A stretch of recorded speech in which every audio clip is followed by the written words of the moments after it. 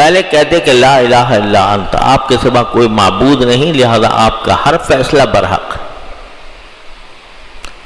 پھر کہا کہ سبحانک، آپ ہر عیب سے پاک ہیں، لہذا آپ کا کوئی فیصلہ ایسا نہیں ہو سکتا کہ جس کے اوپر انگلی اٹھائی جائے۔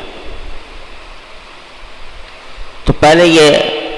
جو نفس و شیطان بعض اوقات انسان کو بہکاتے ہیں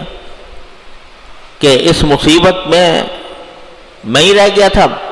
اس مصیبت کو برداشت کرنے کے لیے، یہ زیادتی میرے ہی ساتھ ہونی تھی، میں ہی کیوں اس ظلم کا شکار ہوا، اعوذ باللہ العلی العظیم۔ تو اس کا پہلے سد باب کر دیا۔ یہ ہے بندگی کی بات کہ آدمی جو کچھ مانگ رہا ہے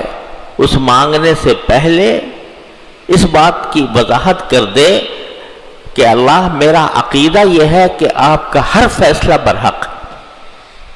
آپ کے کسی فیصلے میں کوئی عیب نہیں، آپ کی ذات بے عیب ہے۔ ہاں انی کنت من الظالمین، میں ہی ظلم کرنے والوں میں تھا، ظلم میرا ہے، میں نے اپنے جان پر ظلم کیا ہے، کوئی غلطی اگر کی ہے تو میں نے خود اپنی جان پر ظلم کیا ہے۔ اس کا اعتراف، اس کا اقرار پروردگار کے سامنے کرنا، یہ دعا کے عجیب آداب میں سے ہے۔ یعنی بعض اوقات جب کوئی شخص یہ کہتا ہے نا یا اللہ میں اس مصیبت میں پھنسا ہوا ہوں، یا اللہ مجھے اس مصیبت سے نکال دے، تو اس میں ایک پہلو کبھی شکوے کا ہو سکتا ہے کہ اعوذ باللہ آپ نے مجھے اس مصیبت میں ڈال دیا، آپ نے مجھے اس بیماری میں ڈال دیا، آپ نے مجھے اس مشکل میں ڈال دیا۔ یہ جو شکوے کا پہلو کسی دعا کے اندر ہو سکتا ہے، اس کو دعا کرتے وقت اس کو پہلے سے اس کا دفعیہ کر دیں کہ مجھے آپ کے فیصلے پر کوئی اعتراض نہیں، کوئی شکوہ نہیں، کوئی گلہ نہیں، آپ کا جو کچھ بھی فیصلہ ہے وہ درست ہے، بے عیب ہے، اس کے اندر کوئی عیب نہیں، اور جو کچھ مجھے تکلیف پہنچی ہے تو خود میری جان پر میں نے اپنے ظلم کیا جس کی وجہ سے پہنچی۔ اب آپ دیکھو کہ اس پورے جملے میں کہ لا الہ الا انت سبحانک انی کنت من الظالمین، اس میں کوئی جملہ دعا کا نہیں ہے، یا اللہ مجھے اس مچھلی کے پیٹ سے نکال دے، یا اللہ مجھے ان اندھیریوں سے نکال دے، وہ نہیں ہے۔ جو کچھ ہے وہ یہ بات ہے کہ اللہ آپ کا فیصلہ بے عیب ہے، اس کے اوپر کسی شکوے کی یا گلے کی گنجائش نہیں ہے، اور جو کچھ غلطی ہے میں جو اس مشکل میں پھنسا ہوں وہ خود اپنے کیے کی وجہ سے پھنسا ہوں،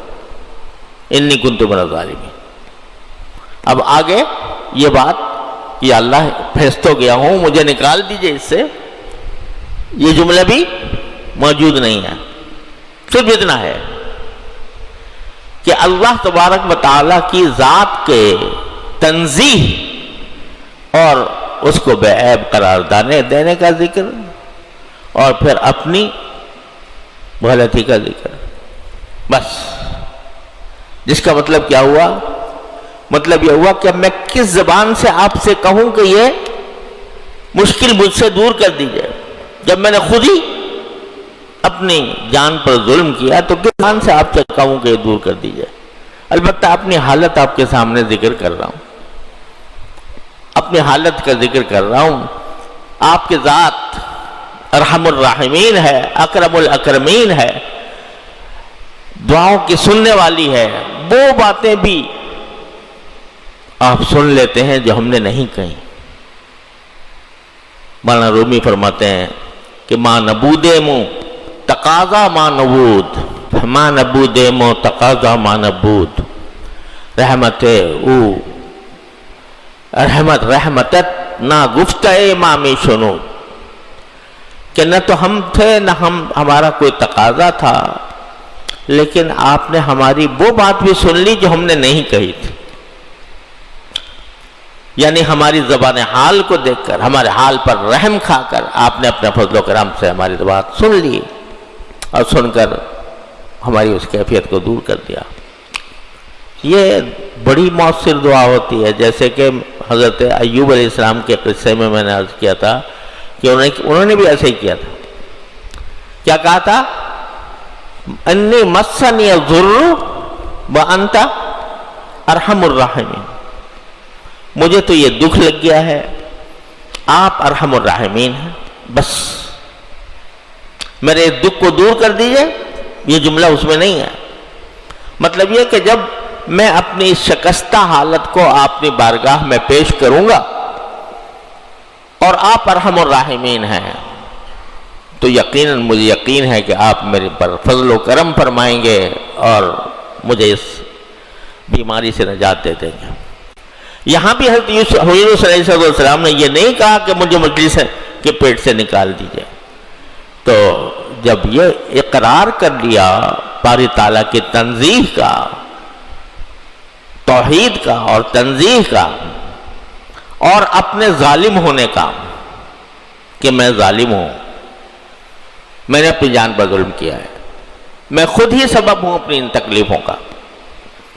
تو بس باری تعالیٰ کی رحمت اس وقت جوش میں آ جاتی ہے کہ میرا بندہ ایک طرف میری تنزیہ کر رہا ہے اور دوسری طرف اپنے ظلم کا اقرار کر رہا ہے، تو اب میں اپنی ارحم الراحمین کا ہونے کا